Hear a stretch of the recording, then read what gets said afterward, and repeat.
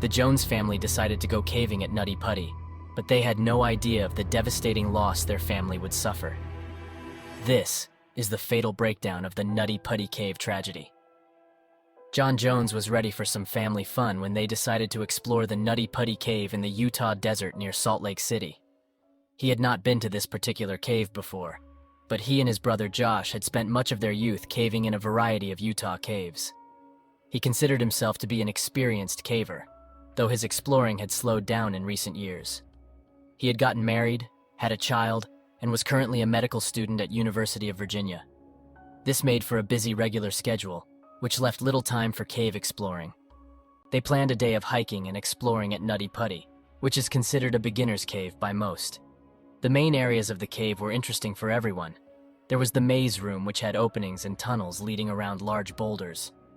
There was a large ramped area called the slide, where the entire room sloped down at a 45-degree angle with a rope to guide you down. This cave system was well mapped in most of the traversable areas. There were also well-known areas that were more challenging, like the birth canal or the aorta crawl. These areas were tight and difficult to pass, so only more experienced cavers would be attempting to squeeze through these passages. Even with the known challenges, people still found themselves stuck in tight squeezes in these tunnels. Nutty Putty had just recently been opened back up to the public, after being closed for several years because of cavers getting stuck in these difficult squeezes. They were passable for some, but others would find that their shoulders or hips would just not pass, no matter how hard they pulled against the rock. After wedging themselves in the narrow space, they were completely stuck, requiring serious assistance to inch out backwards. Because of these rescues, a new permit-style entry was required, listing 2 experienced cavers per group. Josh had obtained a permit for a group to explore the Tuesday before Thanksgiving, November 24, 2009. John's pregnant wife Emily stayed back at the house with their 1-year-old daughter Lizzie to enjoy a more relaxing evening with the in-laws. Their group of 11 family and friends started off in the main open cave sections. Eventually, John and his brother Josh took 2 friends off to find more challenging tunnels to try. They had heard stories about the birth canal and consulted the map for its location. It was known to be a long, tight passage with a particularly tight squeeze near the end. If you could just get past the narrowest part, there would be a small room at the end to stand up and turn around. They knew that the birth canal would be tight and could be panic-inducing, even for experienced cavers. They spread out to try to find this particular tunnel. John and Josh took the passage on the left, moving through a small tunnel for around 15 feet.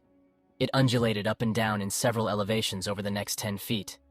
There were outcroppings of rocks and tight squeezes that required a caver to twist their body in several orientations to get shoulders past, then hips, and finally twisting legs so that they bend in the proper direction.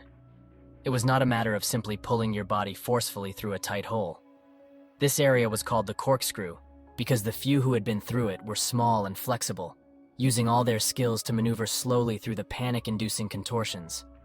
After the corkscrew area, the passage angles up for another 5 feet or so, then turns down over a rock ledge with a sharp 90-degree bend to the left.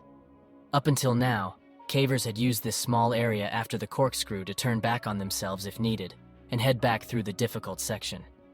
5 years before, a 16-year-old boy named Brock Clark was stuck in this corkscrew section.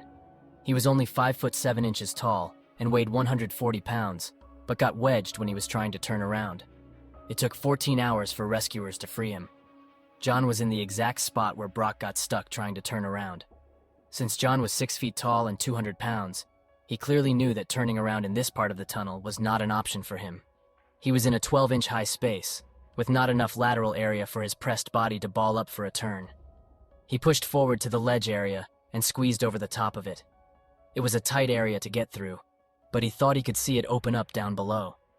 He sucked in his stomach and pressed himself through the squeeze, pulling forward on the rocks in front of him. He would be moving head first in a downwards angle now, but it looked like there was an area ahead to turn around. John didn't know it, but no one else had ever crossed over this ledge before. He was in completely uncharted territory. Despite being in an extremely tight and uncomfortable position, John kept his cool. He was certain that there would be an opening ahead. All along he thought he was in some part of the birth canal, where many cavers had felt stuck in the constricting tunnel, but ended up being just fine once they reached the other side. Once he passed through a tight zone, he started to slide toward the bottom of this tunnel. He was nearly doing a handstand, trying to hold his body up and figure out how to push backwards. He still couldn't turn, and now he was upside down. Gravity was pulling his 200-pound body against the fading strength of his arms. He yelled out to his brother Josh and told him not to follow him, but to go back out. They discussed his options and decided that moving forward to try to turn around was the best idea. He was collapsing onto his shoulders and head at this point, and needed to make a move to get out of this vertical position. His headlamp gave him a glimpse of a hole in the floor ahead, which might lead to a larger space. He felt a little more hopeful now, thinking that they would be laughing about this misadventure over Thanksgiving dinner. He made the slight turn and headed towards the hole. Exactly how he got himself into this tunnel hole is unknown. It's thought that he may have slipped, hit his head, and became wedged in the tight space. The other thought was that he looked in the hole, but misjudged what he saw, thinking it was an opening and not simply a dead-end fissure. Either way, John had ended up in a small opening in the bottom of this tunnel, which was impossibly narrow. Just 18 inches by 10 inches, not much bigger than the screen of a laptop computer. John found himself wedged nearly completely upside down at a 70-degree angle. He had spent some time trying to push himself back upwards out of this hole. It was exhausting. His arms were pinned in a useless position, one folded under his chest and the other trapped on a rock down by his side. He strained against the walls and quickly realized that all of his effort would not move him back up 5 feet to the shallow tunnel. His calves and feet were still free up in the passage, but his legs were now wedged on the smallest side of the hole, only 8 inches wide. He started yelling for Josh again. His brother knew that he was trying to turn around, so his yells were not a good sign. Josh made his way back into this tight space and traversed the corkscrew path. But unlike his brother, he went feet first this time. He continued toward the sound of John's voice, up over the ledge. He finally came to an alarming sight. He could see the end of his brother's legs sticking out of the rock, as if it had swallowed him whole. He inched forward until his feet could squeeze one of John's legs. He tried to grip and pull up, while John pushed from his end. After several futile attempts, they were both feeling exhausted and frustrated. Josh could see that this was very serious, and they would need professional help to get him out.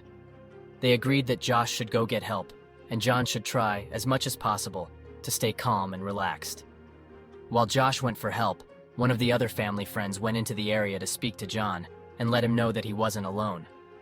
For several hours, John just remained trapped upside down, focused mostly on the chore of breathing. The fissure squeezed his chest, where only shallow breaths were possible. All of his efforts to move up had actually settled him deeper into the crack. As time went on, gravity continued to pull him against the rough walls of the tunnel, tightening its grip on his exhausted body. Once help had arrived, the first cave rescuer, Susie Matola, made her way to where John was stuck. It was now 12:30 in the morning, and John had been upside down for 3 hours. Susie was just 5 feet 3 inches tall, so working her way through the corkscrew area was much easier for her.